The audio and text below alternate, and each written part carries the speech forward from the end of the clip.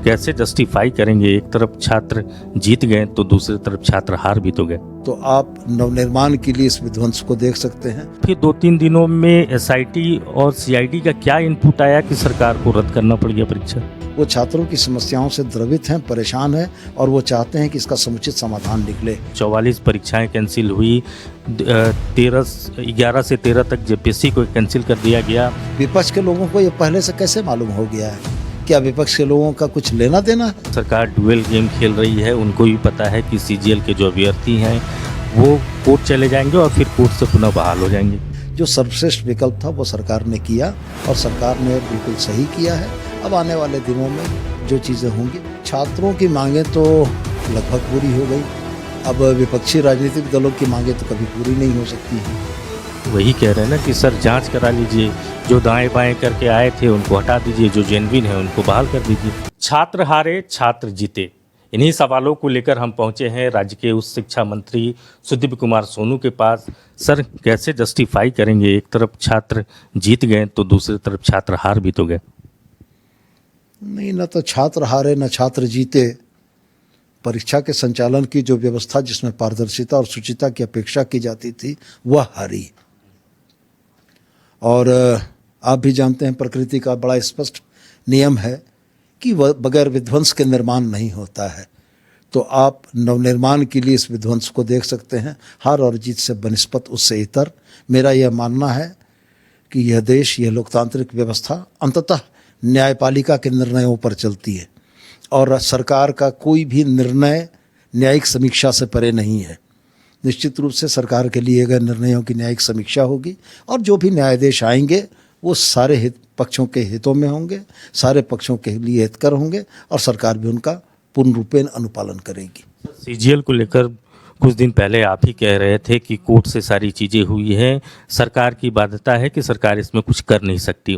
फिर 2-3 दिनों में एसआईटी और सीआईडी का क्या इनपुट आया कि सरकार को रद्द करना पड़ गया परीक्षा?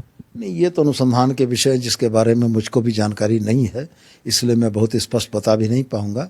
लेकिन मेरा स्पष्ट ये मानना है कि विश्वास बहाली भी सरकारों का एक बड़ा महत्वपूर्ण विषय है। यदि सरकार के कार्यकलाप में जनता की, छात्रों की का विश्वास कम हो जाए तो विश्वास बहाली के लिए हर वो कदम उठाना ज़रूरी है जिससे कि पुनः विश्वास कायम हो सके। और सरकार ने जो कदम उठाए हैं वो विश्वास बहाली के कदम हैं।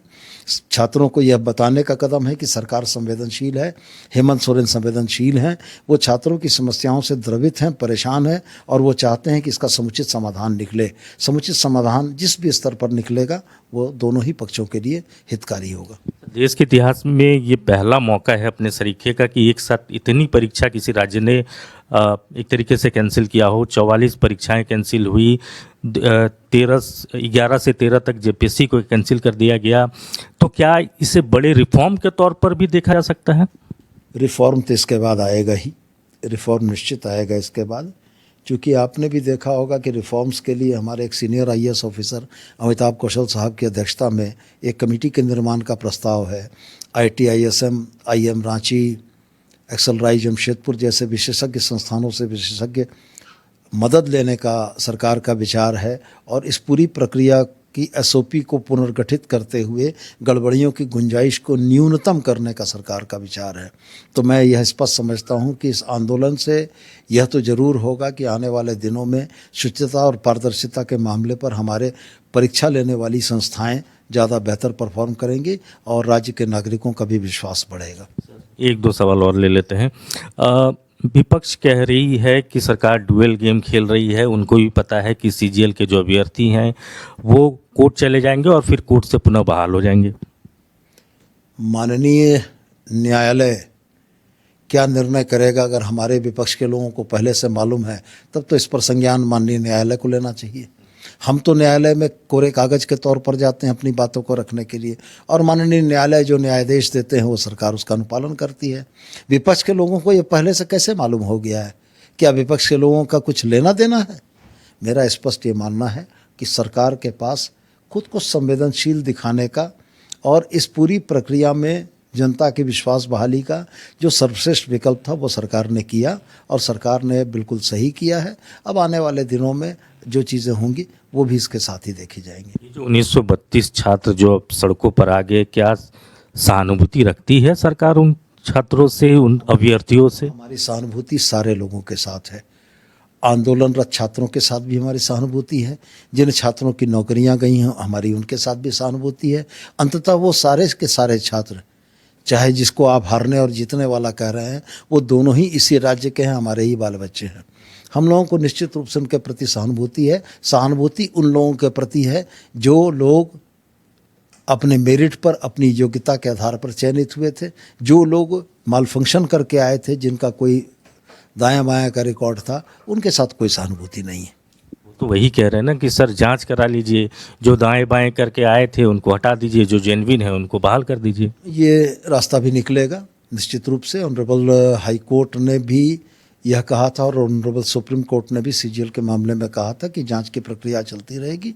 जो दोषी होंगे वो दंडित किए जाएंगे और जो निर्दोष होंगे उनके लिए तो रास्ते खुले हैं।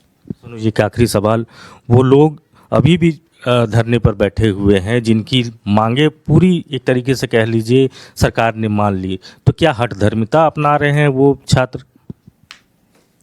देखिए, छात्रों की मांगें तो लगभग पूरी हो गई। अब विपक्षी राजनीतिक दलों की मांगें तो कभी पूरी नहीं हो सकती हैं। तो विपक्षी राजनीतिक दल किसी भी तरीके से येन केन प्रपंच करके छात्रों के कंधे पर रख के बंदूक चला रहे हैं, लेकिन ये चीज़ें ज़्यादा दिन नहीं चलेंगी। बहुत शुक्रिया हमसे बातचीत करने के लिए। कैमरामैन राजा के साथ राकेश कुमार, न्यूज़ 11 रांची।